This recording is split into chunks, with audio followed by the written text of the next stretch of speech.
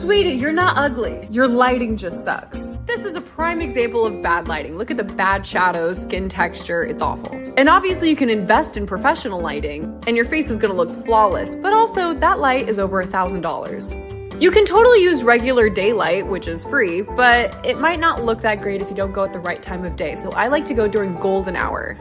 Golden hour is during sunrise or sunset, and as you can see, it's a really popular time to take photos. Also keep in mind, when you see pictures of models, we have multiple lights. We don't use just one fancy light. We've got like 5. But anyway, the point of the video is lighting is crucial. And for content purposes, you don't need fancy, expensive equipment. Just find that amazing sunlight and know how to work those angles, girl. This is part 2 on why this right here is happening with your foundation. Let me show you. Picture it. It's early morning. You're getting ready. You're dotting on your foundation. Grab your little sponge you've just wetted and you start to work that foundation in. And then it happens. It starts to get patchy. So no matter how hard we try, look at all that water that's usually left in the sponge. Damp sponges are one of the #1 reasons why your makeup is separating. That's why I prefer dry brushes, but wet your sponge the night before you go to bed. The next morning, it'll be just the right amount of damp. That way your foundation won't separate. Here's one I left out overnight and you'll see that it'll just melt it right in. I'm still the brush girl though, but I hope that this helps. Remember, this is a series and we're only on part 2, so follow me and stay tuned for more tips on how to prevent all that. Contour do's and don'ts. Let's go. Don't apply from the cheek to the hairline. Instead, apply from the hairline to the cheek. We want the darkness to start from the perimeter of the face and not the center. Don't apply underneath the cheekbone. Instead, we want to apply on top of the cheekbone. Our goal is to lift the face and not bring it down. Don't blend your contour downwards. Because we want to lift the face, we want to blend it upwards. Notice how this side is lifted and this side is pulled down. Don't blend downwards on your hairline. This is going to leave an unnatural ring on your forehead. Instead, we want to blend towards the hairline for a seamless blend. For nose contour, don't apply to the side of the nose. Instead, we want to apply on top of the nose. Notice how this side is wider and this side is more slim. Don't apply on top of the jawline. Instead, we want to apply underneath the jawline. This will enhance the shadow and create a more defined jawline. I hope this helps. Thank you for watching. More reasons on why your foundation might look like this, and that.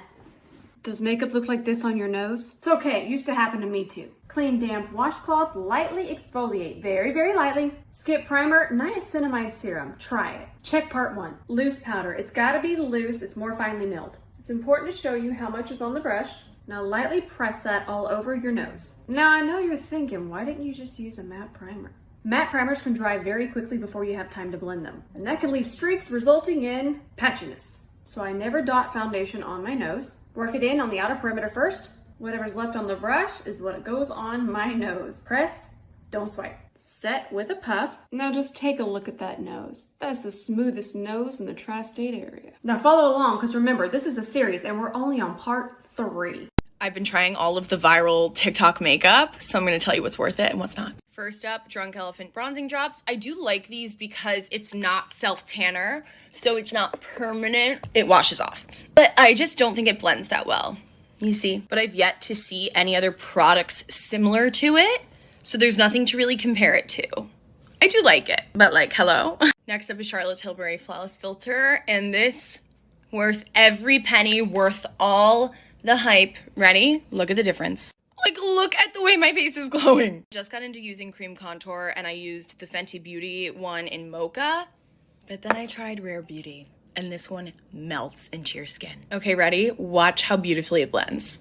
Like, it's stunning. Next up is the Kosas Concealer. I do like this one, but you literally have to set it right after you blend it, because it really settles into lines. But it does look super pretty and it's very hydrating. Accidentally did it out of order, so we're not gonna set it just yet because we're gonna use the Rare Beauty blush. This is in the shade Joy, and I genuinely was like, okay, I don't think I'm gonna love it, but I love it. Worth all the hype.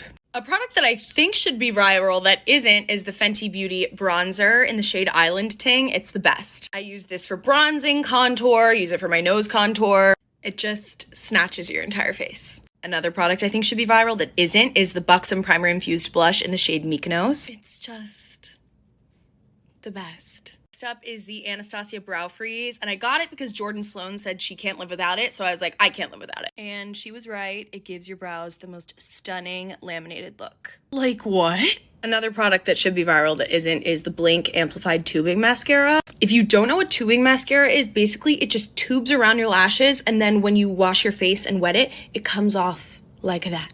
It's amazing. It's a lot less damaging for your lashes, and it just doesn't leave any residue around your eye. And it looks so good on. And last but not least, a product that is deserving of all the hype and more is the Summer Fridays Lip Butter Balm in the shade Vanilla Beige. It's actually perfect.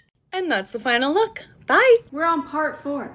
Is your makeup still having the audacity to do this and that and this? Keep watching. I'm gonna preface this by saying setting spray is not bad, but it might be your issue. Your makeup's done, it's perfect, it's smooth, it's flawless, the powder is set perfectly. So you wanna lock it into place. You grab your favorite setting spray, any setting spray. You go to town. You're spraying. Good times. Not good times. It could be making everything wet again. It can cause your makeup to crease and even lift. But if you can't live without it, say we just did our foundation and concealer, before powder, spray your puff, press it into your foundation and concealer before it's set. Then grab your powder, and then you're gonna set the setting spray. Setting spray on top of set makeup is one of the main reasons your makeup is separating. I got this from Tarte, and apparently it's supposed to change to your like perfect shade of lipstick and perfect shade of blush. They have a bunch of different colors, but I'm gonna try the blue one. I am very skeptical and scared. Like, how is this supposed to change to the perfect color of my lips? Well, let's try my lips first, then we'll do the blush. I guess I just like put it on, right? Oh. I only did the bottom so we can like compare. Whoa. How does that even work? It says it's like pH powered. I don't know what that means, but like, sounds cool. Whoa. It definitely would look better if I had makeup on, but it works. Trying it as blush now, put like 3 dots. Oh, wow. This is so cool and like natural. This is one of the coolest things I have ever seen. That was fun, it works. Thanks for watching, hope you enjoyed. We're on part 5 of why your foundation might look like this, this, and this. You might not know this, but your foundation can be drying. Right here are 2 examples. Estee Lauder Double Wear dries in about a minute. And the way we normally do our foundation is we dot it everywhere. Then we blend here, then we go over here and blend, and then we blend here. Instead, work on sections of the face. If I keep tapping, once this dries, it's gonna lift, it's gonna get patchy, it's not gonna wear as well. Now let's move here. Also keep in mind, this really happens a lot with cream to powder foundations and matte foundations. I'm gonna show you over here. So we're gonna dot, I'm gonna start on my jawline, and then I'm gonna work upwards, and I'm gonna work quickly. So now I've let the foundation dry, and I'm gonna go back over it with the brush now. And now you can see that it's starting to separate and lift. This side we let dry and left it alone, it's nice and smooth. Remember to work in sections and work quickly. Makeup tip that I wish I knew earlier. Apply your foundation using a brush first, and only then use a beauty sponge. Here is a close-up of my skin. Intersection point of contouring. Blush right under your eyes for the lifted look. After each step, set your makeup with setting spray. Your makeup will last the whole day. If you do soapy brows, always fill them in with a soap like this. It will literally stay for the whole day. If you have an important photo shoot, do double layers. Set your cream products with dry products. You will look perfect from any angle. Follow for more. Welcome to part 7 of why your foundation might look like that, that, or that. This is gonna be one of the most controversial videos on the internet. Not really. All I'm gonna tell you to do is skip setting spray, and we're gonna do a wear test. So I wanna mention that this is most of my DMs. Go ahead and read this, and then you'll see here below that she was wearing quite a bit of setting spray. Now, if you're not having a problem with your makeup, continue using your setting spray. I would find that my makeup would separate and it wouldn't last as long. I do one side of my face, and I'm gonna wear it for a couple of hours. Now let's look at this difference. We're already starting to see texture more. Now what happens is when you add that moisture, it just mixes with all of those powders and makes everything wet again. We'll see you in the check-in. 6:42, the audacity. Every single time. So I'm super shiny, lots of texture, my under eye has creased, and I feel even the lipstick wore better on this side. So again, here's with and without. If setting spray is working for you, please continue to use it. But if this keeps happening and you're using setting spray, maybe skip it. How do you keep your pants up when you're performing? It's incredible. Belt.